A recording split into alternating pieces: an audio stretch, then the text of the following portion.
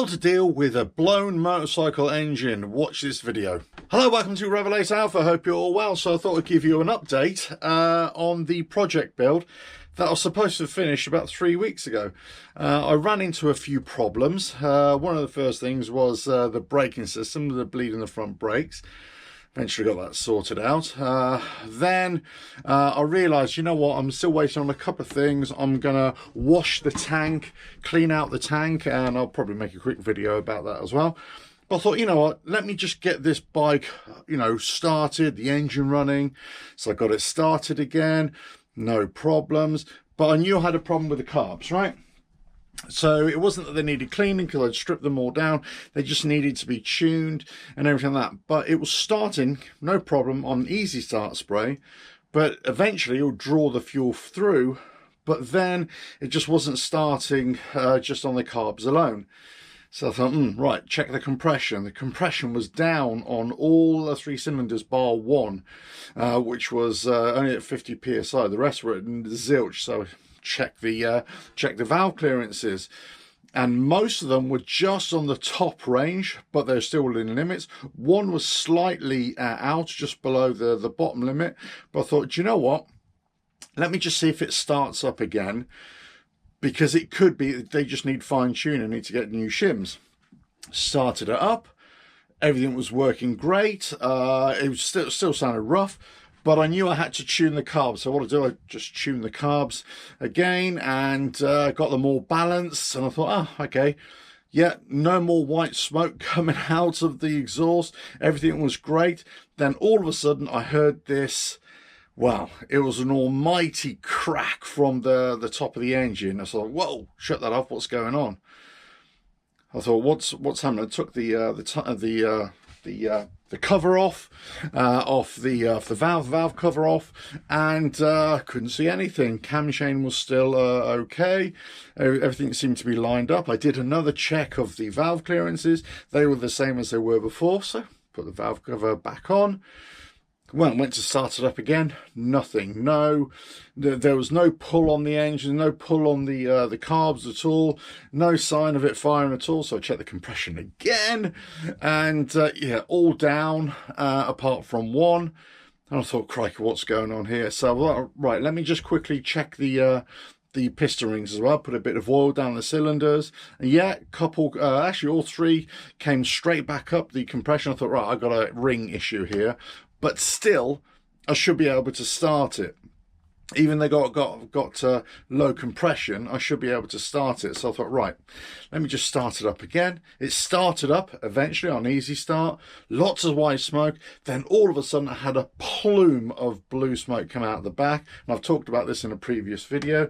Then that horrible grinding sound at the top of the engine. And I thought, right, stop, what's going on? Took the valve cover off. And the cam chain was as loose as you like. It wasn't totally loose, but it was loose. So my cam chain tensioner had basically just screwed up. It just released. Somehow it's just released. So it released all the slack. The valves went all over the place, and I thought, I'm going to have to strip everything down here. I don't know if it's caused any damage. So this is the problem I've got now. I've gone down this rabbit hole again. I was that close from getting this started and running properly. I had just a couple more things to button up, and it was ready. It was ready to be put on the road. Then all of a sudden, bang, the engine's gone. I thought, what is it? So then I thought, right, I'll take the head off, take the valves off and inspect those. So I've ordered a couple of shims just to get those valve clearances as I want. And then I thought, right, got to do these piston rings. I might as well do the piston rings. So I eventually got the pistons off here. And I thought, do you know what? They'd be quite easy to find the rings for them. No, KZ750, 1981 or 1980, 1981. They're a bugger to find piston rings for them. So I went down the whole route of trying to find piston rings from other bikes, same 66mm pistons, just to see if I'm sure I can find other piston rings that would fit. But eventually I found some, and I'm not going to tell you how much they were, but suffice to say, I'm going to make another video on the costs of this and how, in some cases, it's spiraled out of control a little bit on what I really should have spent and what I've ended up spending because of problems. And the bike's been fighting me quite a bit the last couple of weeks. So this is what I've done. I've basically taken everything off, giving the outside a bit of a spray now because I'm waiting on parts. Got all this ready to reshim here, the valves, and everything on the top end is basically ready to go once I've swapped out the piston rings, once they eventually come. I'm waiting on parts now. But the problem is, let me just bring it down here. So I've checked the clearances and the tolerances on the connecting rods here, and there is play, but it's within tolerance. So I've lucked out there. I thought I'd actually dropped some debris down there as well, and luckily a couple of metal, like a washer and a nut, luckily I managed to fish it out with the magnet tool. So that was my own fault, stupidity. But then I thought, do I take the whole engine out and redo it on the bench? And I'm going to go for the harder option, and that is to try and reassemble it all on the bike and see how I go. Because if I have to take this all off, I'm in two minds whether to open up everything and just check everything. But then I end up going down that whole rabbit hole of spending so much money that it's just not worth doing. So I thought, you know what? It seems if it's okay. I didn't have a bottom end issue or noise or anything. It was all top end. I know as I've got everything off in the piston rings, I might as well do the piston rings as in here now. Let's just do that. The cam chain seems okay, but it was a cam chain tensioner, which I think caused a problem. So I've basically serviced that now. Let me just bring it here. That's all there. That's all been stripped apart and cleaned up and oiled and everything like that. So that should work. So really, really frustrating because I was that close from... the engine was starting. It was running rough as a bag of snakes, of course, whatever the expression is, but you know, it was fine-tuned. It just needed fettling and it was okay. Then all of a sudden, bang, it just blew. I thought, right, I might as well try and get some of it sorted and see if I can get to a point of getting this bike running sweetly. Probably that's where I'm at, having to go. One of the issues now is, for me, with problems with making videos, but also got a full-time job and all the other things that I'm doing as well, it's time. Time is a real issue. So I was hoping to get this done before Easter. I'll try, but I don't think this is going to happen anymore. So we'll have to wait and see on that timetable. But look, this is what happens. Unforeseen circumstances. And it was starting great, and then all of a sudden it just went. I had a feeling I was getting so many delays right at the end. I thought something big is going to happen. Something big is really going to happen. It's going to really set me back, and that's exactly what's happened. So there we go. The engine is in bits again. I mean, so I'm two minds to whether to strip the whole thing down again, but I think I'm going to hold off on that. Put it back together.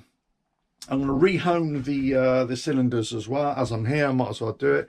So this is it. It's kind of incurred costs for me to get tools and bits and bobs and fasteners on jobs that I weren't going to do. And that's you know, the joy of rebuilding engines or rebuilding bikes, I suppose. Once you've got a workshop full of everything, it's great. But if you haven't got it, you have to go and buy it, right? Anyway, so this is basically it. I've oh, so close, but perseverance is the key here. Perseverance is the key. It will be put back together, and hopefully everything can be put on with my terrible paint job there. But at least it'll have panels, and yeah, really frustrating, but there we go. I'm just hoping that I'll be able to put the pistons on there. Basically what I'm going to do here is put the pistons on, then drop the cylinder head over it, and then I've got piston ring compressors which I'm going to try and use. I've got two of them, two sets, would you believe? So I'm going to do the outside cylinders 1 and 4, and then basically get those in and then see if I can do it. The problem is I've got big farmer's hands, so whether I'll have enough space there to be able to do it, but I should be able to do it because it's going to save a whole load of faff in taking all this off. But anyway, I'll let you know in the fullness of time. probably when I've got it all done. There's no point in me making another video when I've, you know, halfway through. I'll just get it all done and I'll show you how it's come back together. But hopefully not too long. So the next video I'll probably do is when I'm waiting on vinegar and bicarbonate soda just to clean out the tank. There's loads of videos on YouTube of how to do it, but I'll make a quick video on what I'm doing there, just a bit of a heads up and maybe a bit of an update. But there we go, that's it. When it rains it pours, and when it pours it really dumps down like cats and dogs, and that's exactly what's happened now.